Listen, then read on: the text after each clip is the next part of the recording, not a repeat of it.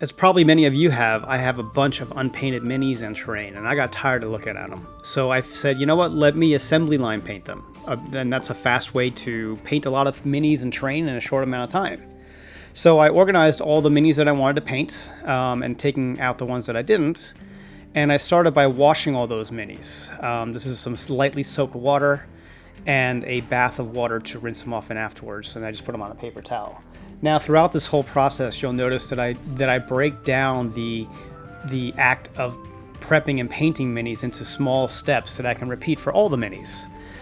This is one of the main features of assembly line painting. Basically, you want to break down the steps so you're doing the same steps over and over again for each of the minis, because you will leverage the fact that you're going to get faster at it and that you don't have to set up things multiple times. For instance, setting up the same paint colors multiple times, etc. So after I washed all the minis and let them dry, then I went through and found all the minis that had like seam lines on them that I had to take off, little burrs, anything that I wanted to fix before I primed them. So again, I'm doing them all at once because this way I am in the mode of doing it and I can just do them quickly. And once I had all the seam lines and burrs and stuff taken off the minis, I covered the items that I did not want to have primed. For instance, the clear special effects for spells and stuff, I wanted to have them covered and not primed, so I covered them in masking tape. There's only a handful of those. There was sort of the exception to the minis in this situation, since I had a lot of terrain too. A little bit of pre-masking taping really helps later on. And this also enables us to now take all these minis and put them on one large piece of foam board. And I just hot glue them on this piece of ready board, just basically to hold them in place. This ready board does two things. One, it helps keep them in place for spray painting, because I'm going to use a spray paint black matte primer. And also what happens is the ready board that's on here becomes the base that I'm going to hold the mini by as I paint them. So for the larger pieces, I can use the hot glue gun. For smaller pieces, I use this little bit of super glue from Dollar Tree. It seems to work better for small, tiny items.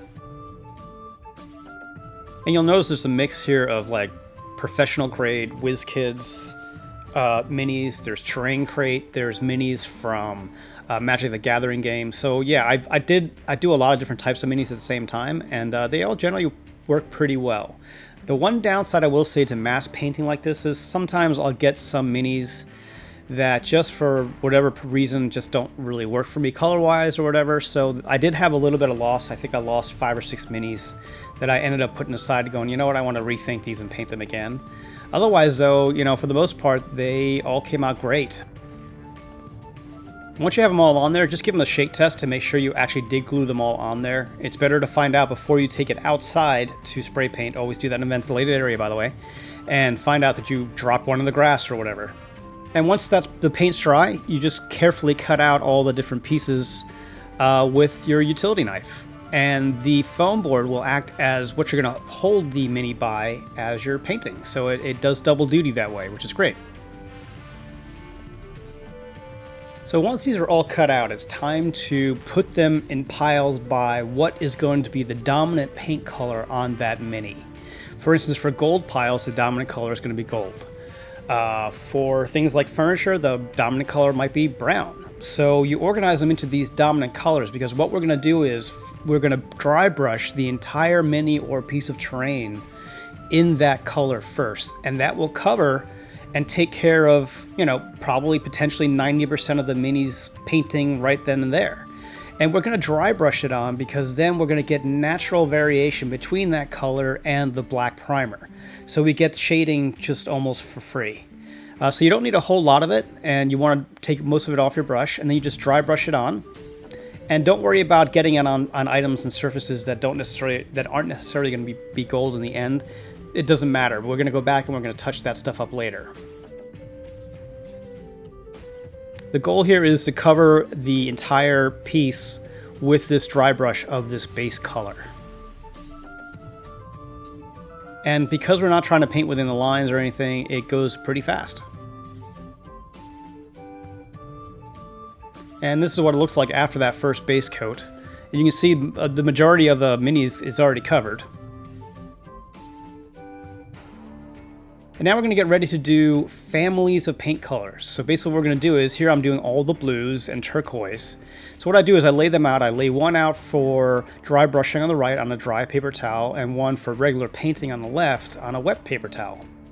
And here I'm going and picking through the miniatures that I've done the base coat on to find out which ones I want to put paint colors in the blue family on. So what I'll do is I'll find them, and then I'll paint all those bits of blue on all at once, and then set them aside. And I'll do this for each paint family. I'll do all the browns, and I'll do all the greens, I'll do all the reds, and do all the grays, and so on and so forth. And when I've done that pass, I will do one final pass here, which is all the fine details. Like you'll notice here I have a lot of different little colors on there. And that's because these are all the little fine details that I may have missed earlier on, like, you know, scroll pouches or a book or whatever. So those are the finishing touches. And once that's done, I personally have been on this kick of not painting bases. In fact, what I do is I take the bases off and I put a clear base on. And that's pretty easy to do. You can just snip off the original base and then sand down the feet of the mini, and then super glue it onto one of these clear bases. And I'll leave a link to these clear bases in the comments below.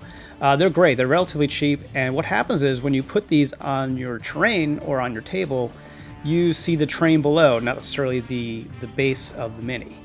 And you also notice here there's some yellow little bases. Those are small counting tokens for educational purposes, and I use those small ones for small terrains, so they'll stand up nicely on my terrain and displays.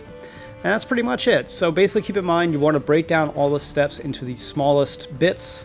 So you're going to clean them all at once, you're going to deburr them and take seam lines off all at once, prime them all at once, base coat them all at once, and then put paint on families of colors all at once. And then your last step is just detailing with those little colors you may have missed. And that's it.